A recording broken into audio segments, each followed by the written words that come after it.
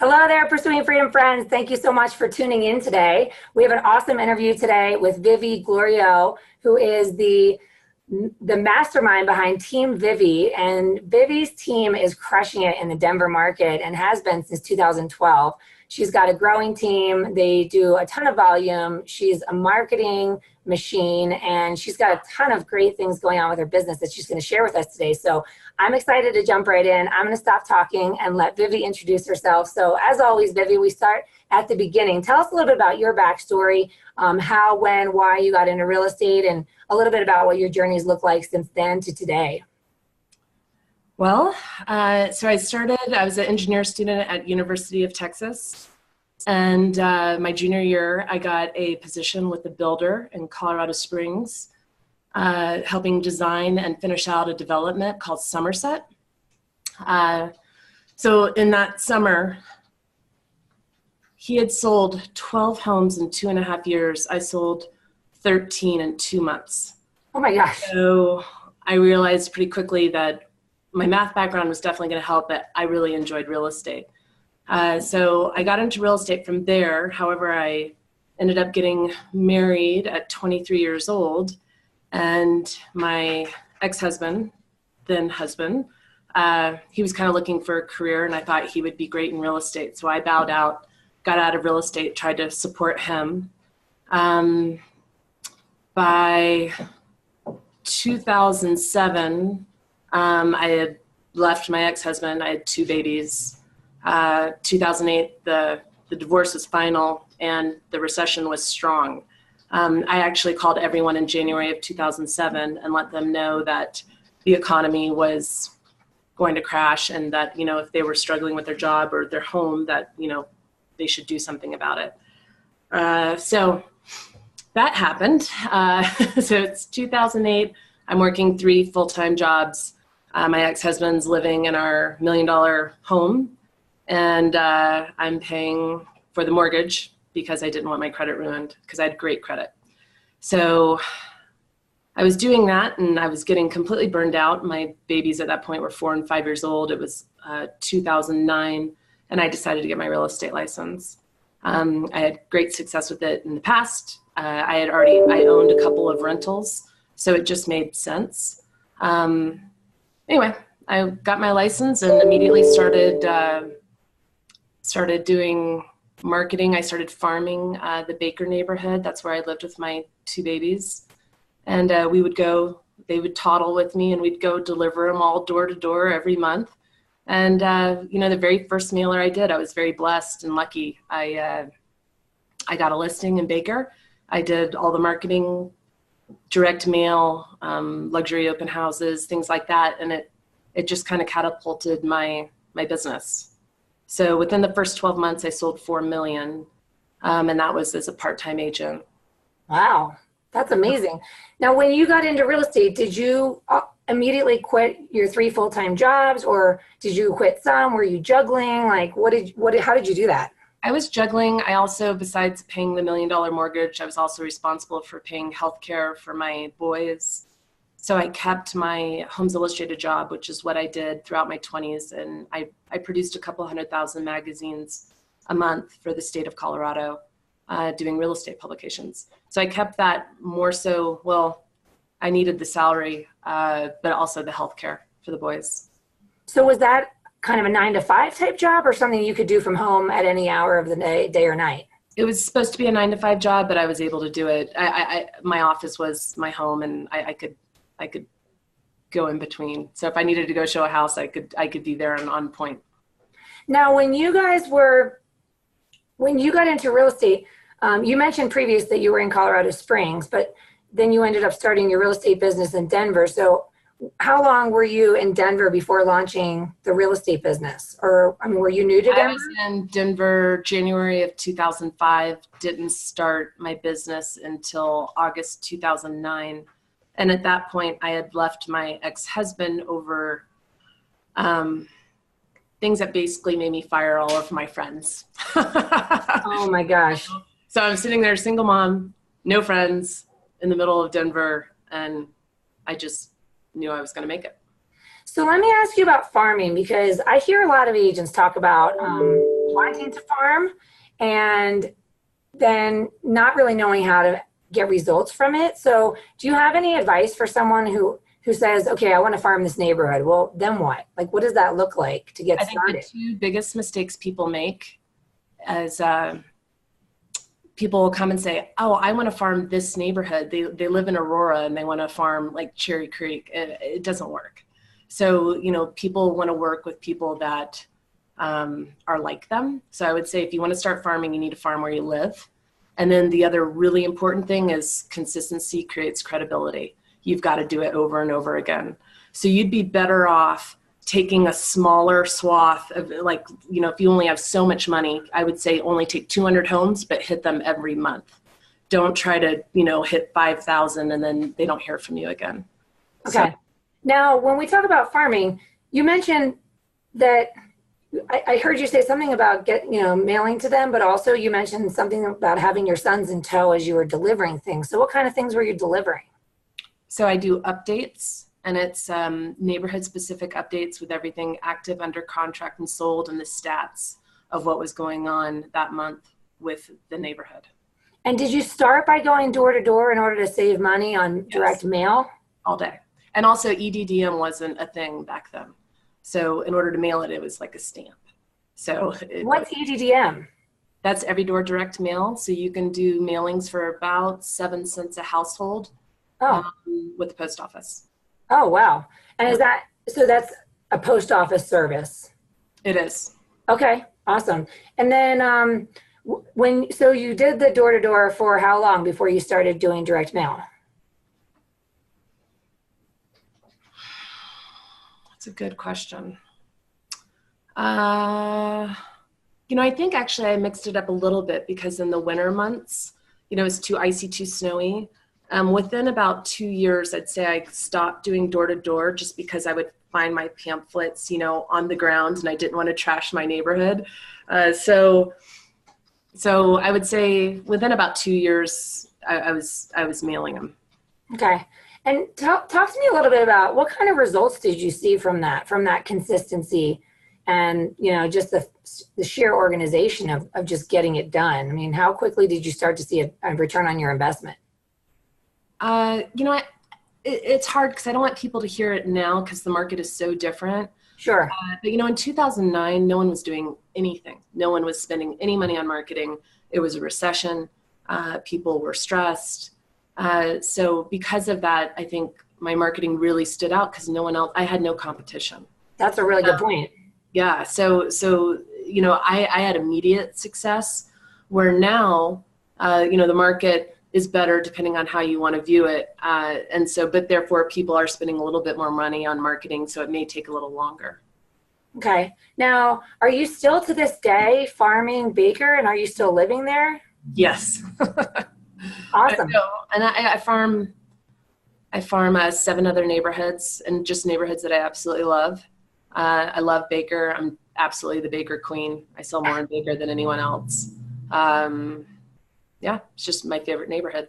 Awesome. And then we were talking before we started recording that in 2012 was when you started building your team. So it's been 6 years. So tell us a little bit about your team today. I mean, how many people make up the team? What's everybody's roles, that kind of thing?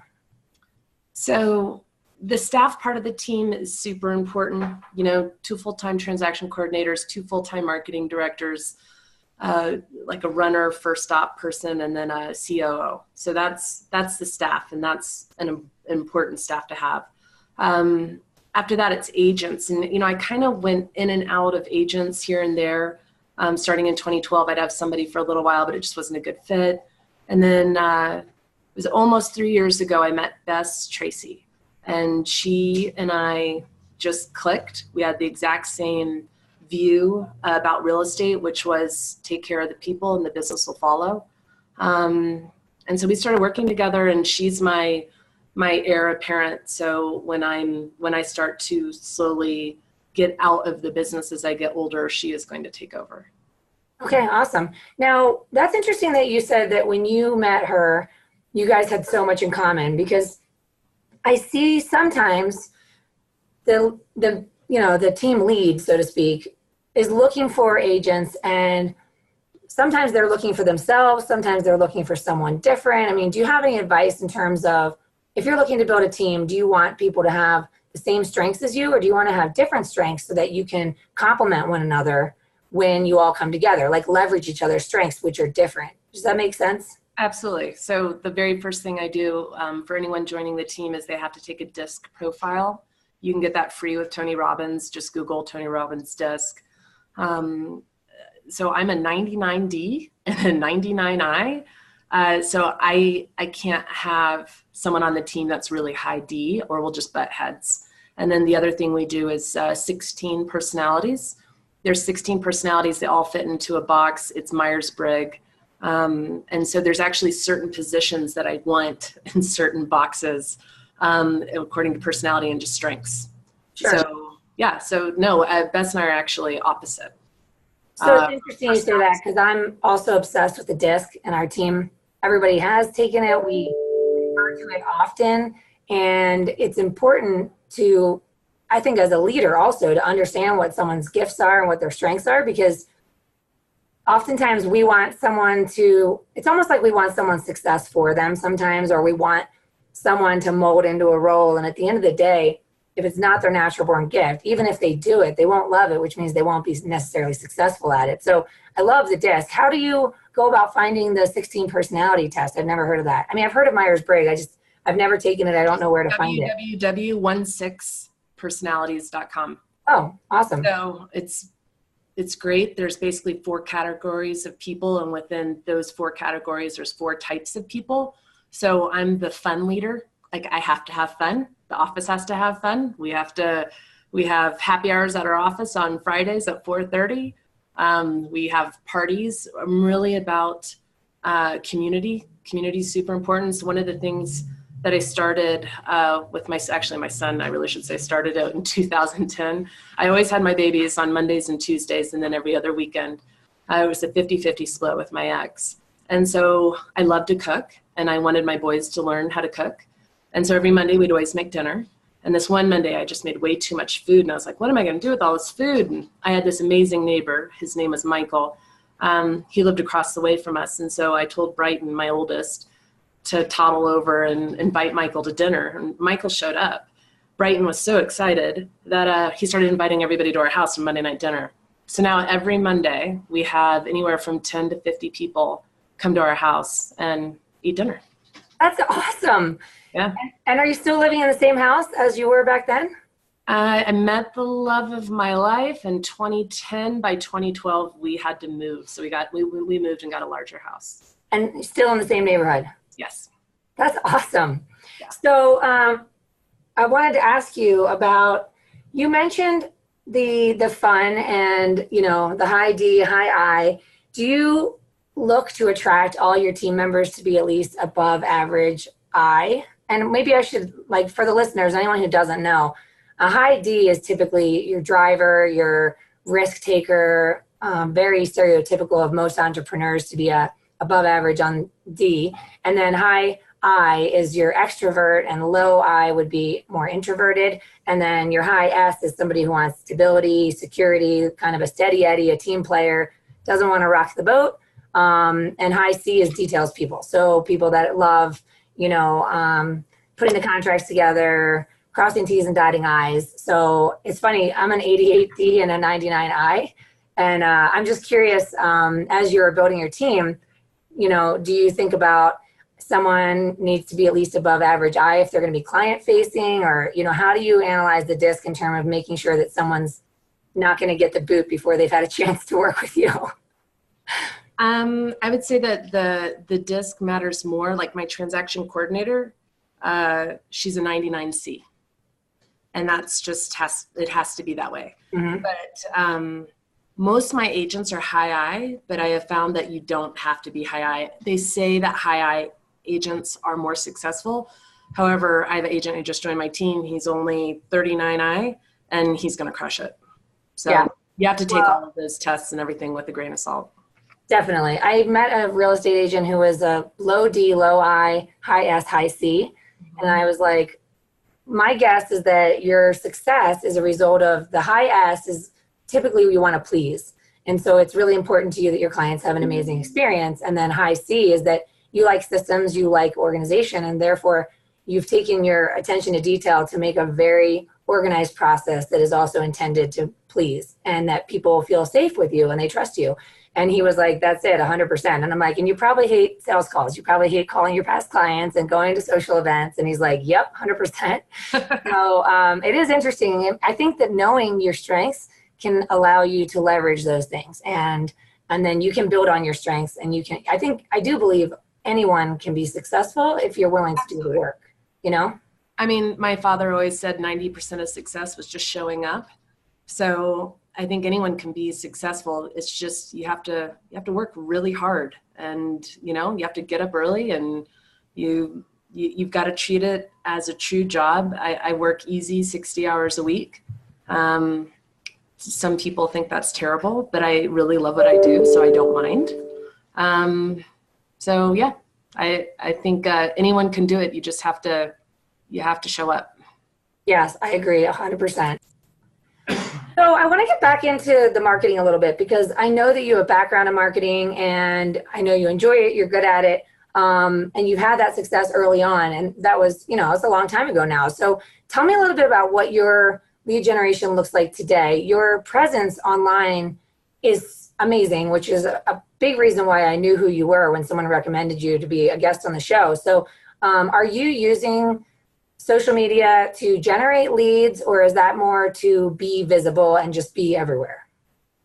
So with my 2 full-time marketing people, I have a full-time marketing director who does all the print, and I'm a real print. I believe in print. You know, the thing about print is people trust what they can hold and what they can feel. The problem with the internet is you get on the internet and you find it one day and then it's not there the next day. And so there's just this consistency and credibility with print. So I've always been a huge print person. Then we got another full-time marketing person, and all she does is social media.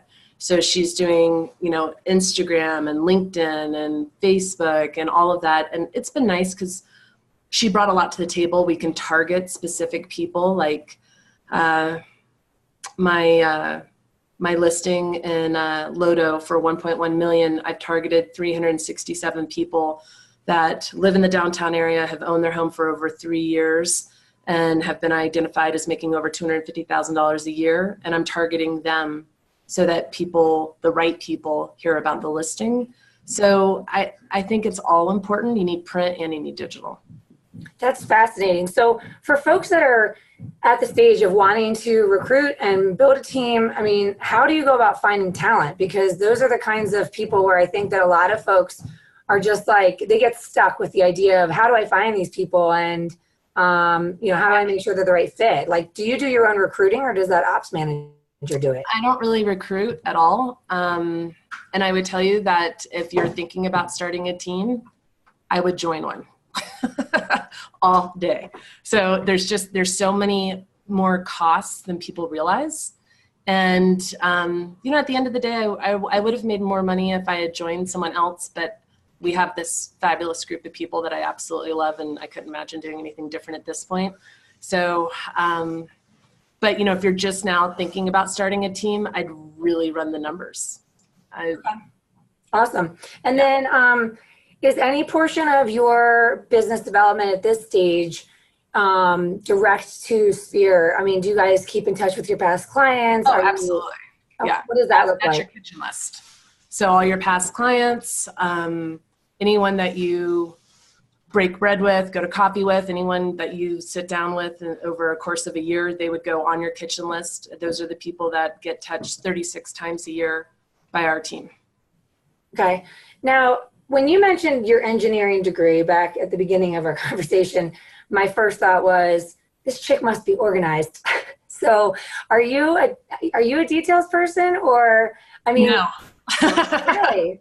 No, I'm a total math dork. So I'm an economic person, but if you looked at my desk right now, you'd probably shudder.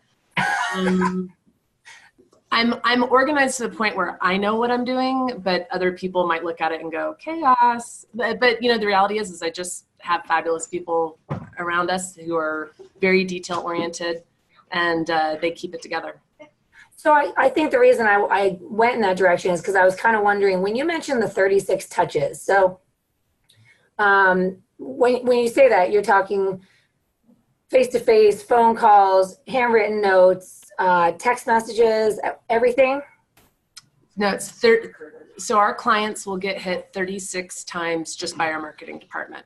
Then anything additional that we do would be on top of that. Oh, wow. So 36 times, so 3 times a month. What kind of touches are they getting? They always get one printed piece. We get a monthly newsletter. We do a lot of different things because the market's constantly changing. Like Bess and I came up with this one program about a month ago. It's called Recasting. It's, recasting, Sure. recast. So we've gotten several of our people that wanted to sell. The market's going to be significantly stronger in spring. So we're getting them under contract right now with them buying a home.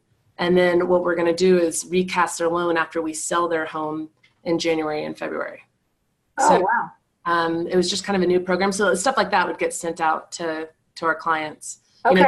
About upgrading, let's sell your house in February, but let's buy it now, buy your new house now.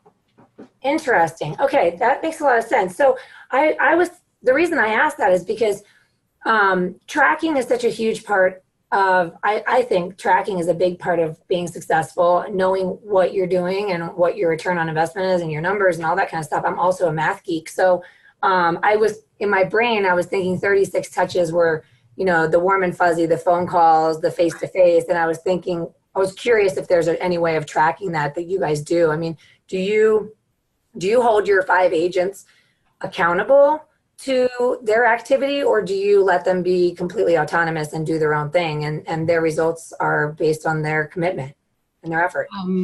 No, we started doing core training 2 years ago. So all the agents follow core training. They have to fill out a greatness tracker. So it's 60 touches a week, 15 face-to-faces and 5 break breads. Not all the agents are able to complete the whole sheet, but Bess and I finally, after a couple of years, get the whole sheet done. So yeah, we do core training, greatness trackers. And so you have to sell a home a month in order to be on the team. The whole goal with the team is to have really high level agents. I don't want people who sell a house here and there. It's your full-time, you're a high level agent and you're going to close a minimum of 12 deals a year to be on the team. So did the agents that are on your team now, did they seek you out, or did you guys just cross paths and it was in a very organic connection and you kind of just went with it? Organic, for sure. Awesome. Yeah. And what does the future look like for you? I mean, what are you guys looking to do in 2019? Well, my business partner, Bess, is doing a nonprofit campaign for a group of orphans in Africa. And so we're going to have a big push for that, and just a referral partner base where a percentage of all the referrals will go towards this orphanage in Africa. So she's going to put together this cool video, and that's going to be our 2019 big charity piece that we're going to do. Obviously continue to always, help people. Business will follow as long as you take care of people. And that's the one thing, everyone on the team, we always do what's best for the client. It's not about us or anyone else. I love that. I think that's the title of the podcast. Business will follow as long as you take care of people. I'm always looking for it. Actually is take care of people and the business will follow. I love it. So now with 5 agents on your team, I'm sure a lot of folks are wondering, are you still in production? Are you working with sellers only? Are you working with buyers and sellers? Where are you at with your own personal? I'm still 50-50. I predominantly do most of the listings, but I love working with buyers because I really feel like it keeps my finger on the pulse of, what's happening in real estate. The people that only list homes, I'm kind of baffled because I feel like you have to go look at houses to know what houses are worth. So I'm still pretty 50-50 buyers and sellers. Now, is a big part of the value that you bring to your clients in that engineering and also the builder experience background that you've had? I mean, you can probably easily walk into a home and just say, we're out of here. Or, I mean, are you walking in and looking at structural stuff or aesthetic stuff or, I'm imagining that's probably part of what your clients love about you. Yeah, I mean, like I'll walk through a house and I'll tell them immediately what I see before even an inspection happens. You know, tell them how the water heater is, how the furnace is, you know, things like that. I just think any agent should be doing that, actually. Sure. And then do you guys do much training with your team so that everybody has that same knowledge base? I mean, I just feel like when you've been in the business a long time, like we have so much of the information we have lives in our brain. And I'm always working on that training piece. So we do core training every Tuesday. We do scripting every Thursday. Once a month, we do a tour of homes where we kind of walk through and say, hey, this is, you know, let's look at this house. This is what's wrong with this and, you know, whatnot. And then I always encourage all of my agents to always come with me to buyers meetings, come with me to listings, come with me to open houses. Yeah. That's awesome. There was a guy that was on the show a few months back, and he was with Keller Williams, and he said his philosophy is I do, we do, then they do. So as he's built his team, it was just that, like bring them along until you feel like they're comfortable and confident that they can do it on their own, and then they own it in the end. So I really liked that. It kind of just stuck with me because when I first started building my team, I always joke I do, they do. I was burning out. I had 2 little kids. I almost quit the business and I was just like drowning. So I just was like, here you go. Good luck. So we backtracked.